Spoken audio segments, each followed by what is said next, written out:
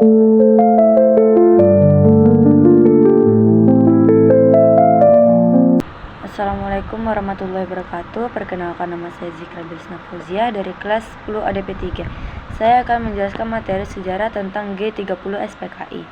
G30 SPKI adalah sebuah peristiwa bersejarah yang terjadi pada malam tanggal 30 September hingga awal 1 Oktober 1965 di Indonesia. Peristiwa ini juga dikenal dengan sebutan Gestapo, Gerakan September 30, dan Gestapo, Gerakan 1 Oktober. Gerakan ini melibatkan pembunuhan 6 perwira tinggi militer Indonesia dan beberapa orang lainnya dalam usaha percobaan kudeta yang kemudian dituduhkan kepada anggota Partai Komunis Indonesia atau sebutan PKI. Sejarah G30 SPKI. Peristiwa G30 SPKI terjadi pada masa pemerintahan Presiden Soekarno yang menjalankan sistem demokrasi terpimpin. PKI sebagai partai Stalinis terbesar di luar Tiongkok dan Uni Soviet, memiliki jumlah anggota yang sangat besar. Selain itu, PKI juga mengontrol gerakan Serikat Buruh dan gerakan petani di Indonesia. PKI memiliki lebih dari 20 juta anggota dan pendukung yang tersebar di seluruh daerah. Pada bulan Juli 1959, parlemen dibubarkan dan Soekarno menetapkan konstitusi di bawah dekret presiden dengan dukungan penuh dari PKI. Soekarno juga memperkuat angkatan bersenjata dengan mengangkat para jenderal militer ke posisi yang penting. PKI menyambut baik sistem demokrasi terpimpin dan percaya bahwa mereka memiliki mandat untuk berkonsepsi dalam aliansi konsepsi nasionalis, agama, dan komunis dalam sebutan Nasakom. PKI juga menguasai banyak organisasi massa yang dibentuk oleh Soekarno untuk memperkuat dukungan bagi rezim demokrasi terpimpin. Dengan persetujuan Soekarno, PKI memulai kampanye untuk membentuk angkatan kelima yang terdiri dari pendukung bersenjata mereka, namun para petinggi militer menentang hal ini. Dari tahun 1965, kepemimpinan PKI berusaha menghindari bentrokan antara aktivis masanya dengan polisi dan militer. Mereka berupaya menjaga kepentingan bersama antara polisi dan rakyat. Pemimpin PKI DN Aidit mengilhami slogan untuk ketentraman umum bantu polisi. Pada bulan Agustus 1964, Aidit mengimbau semua anggota PKI untuk menjaga hubungan yang baik dengan angkatan bersenjata dan mengajak para pengarang dan seniman sayap kiri untuk membuat karya-karya yang mendukung masa tentara. Di akhir tahun 1964 dan awal tahun 1965, terjadi gerakan petani yang merampas tanah dari para tuan tanah besar. Bentrokan besar terjadi antara petani dan polisi serta pemilik tanah. Pada awal tahun 1965, para buruh mulai menyita perusahaan-perusahaan karet dan minyak milik Amerika Serikat. PKI menjawab dengan memasuki pemerintahan secara resmi. Pada saat yang sama, para jenderal militer juga menjadi anggota kabinet. Menteri-menteri PKI duduk di sebelah petinggi militer dalam kabinet Soekarno dan terus mendorong citra bahwa angkatan bersenjata adalah bagian dari revolusi demokratis rakyat. PKI memiliki visi perubahan sosial yang luas, termasuk perubahan dalam distribusi kekayaan dan penghapusan ketidaksetaraan. Gerakan ini mungkin bertujuan untuk mendorong perubahan sosial melalui pengambil alihan kekuasaan dan implementasi kebijakan-kebijakan komunis. Yang keenam, perwira yang gugur. Dalam perwira gerakan 30 PKI, tujuan perwira tinggi militer Indonesia tewas sebagai hasil dari serangan yang terjadi.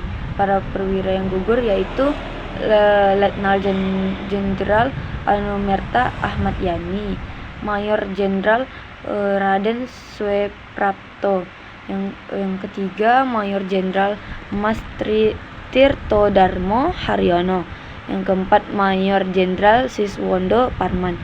Yang kelima, Brigadir Jenderal Donald Ishak Panjaitan. Brigadir Jenderal Sutoyo Siswodiharjo. Yang ketujuh, Letnan Pierre A. Andreas. Terus kematian perwira-perwira ini merupakan bagian dari peristiwa tragis yang mengguncangkan Indonesia pada waktu itu dan membawa dampak yang signifikan terhadap dinamika politik dan militer di negara tersebut. Lantas, apa tujuan G30 PKI ini? Yaitu salah satu tujuan utama gerakan ini adalah menggulingkan pemerintahan era Soekarno. Selain itu, PKI juga bertekad untuk mengubah Indonesia menjadi negara komunis. Kronologi G30 SPKI. Penyebarluasan ideologi komunis yang dilakukan oleh PKI menimbulkan kecurigaan dari kelompok anti komunis. Tindakan tersebut juga mempertinggi persaingan antara elit politik nasional. Kecurigaan itu memunculkan desas-desus di masyarakat, terlebih menyangkut kesehatan Presiden Soekarno dan Dewan Jenderal Angkatan Darat.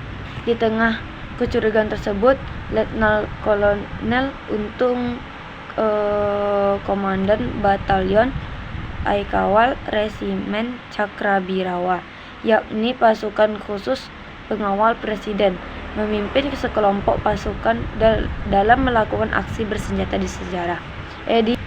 di Jakarta. Pasukan tersebut bergerak meninggalkan daerah Lubang Buaya. Peristiwa ini terjadi pada tengah malam pergantian hari Kamis 30 September 1956 menuju hari Jumat 1 Oktober 1965. Kudeta sebelumnya dinamakan Operasi Takari diubah menjadi Gerakan 30 September. Jenderal yang berhasil selamat dari G30 SPKI adalah A.H. Nasution.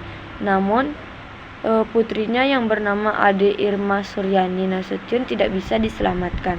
Dampak G30 SPKI terhadap hubungan internasional yaitu selain membawa dampak domestik, G30 SPKI juga mempengaruhi posisi Indonesia dalam percantuman politik internasional.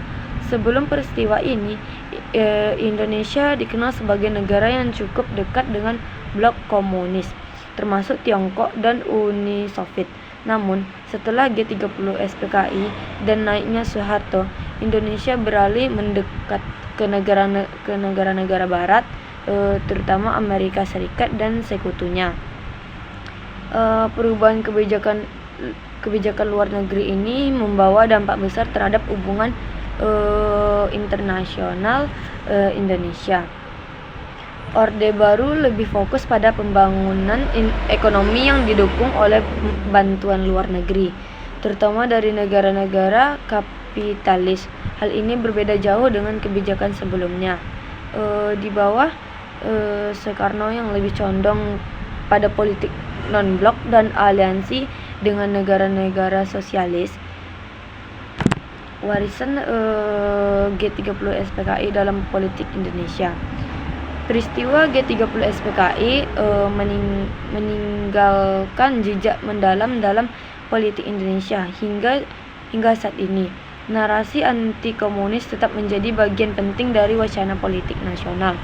Setiap kali muncul isu yang berhubungan dengan komunisme seperti perdebatan mengenai pembukaan kembali diskusi tentang sejarah PKI, terus selalu menimbulkan kontroversi dan memicu perpecahan di kalangan masyarakat.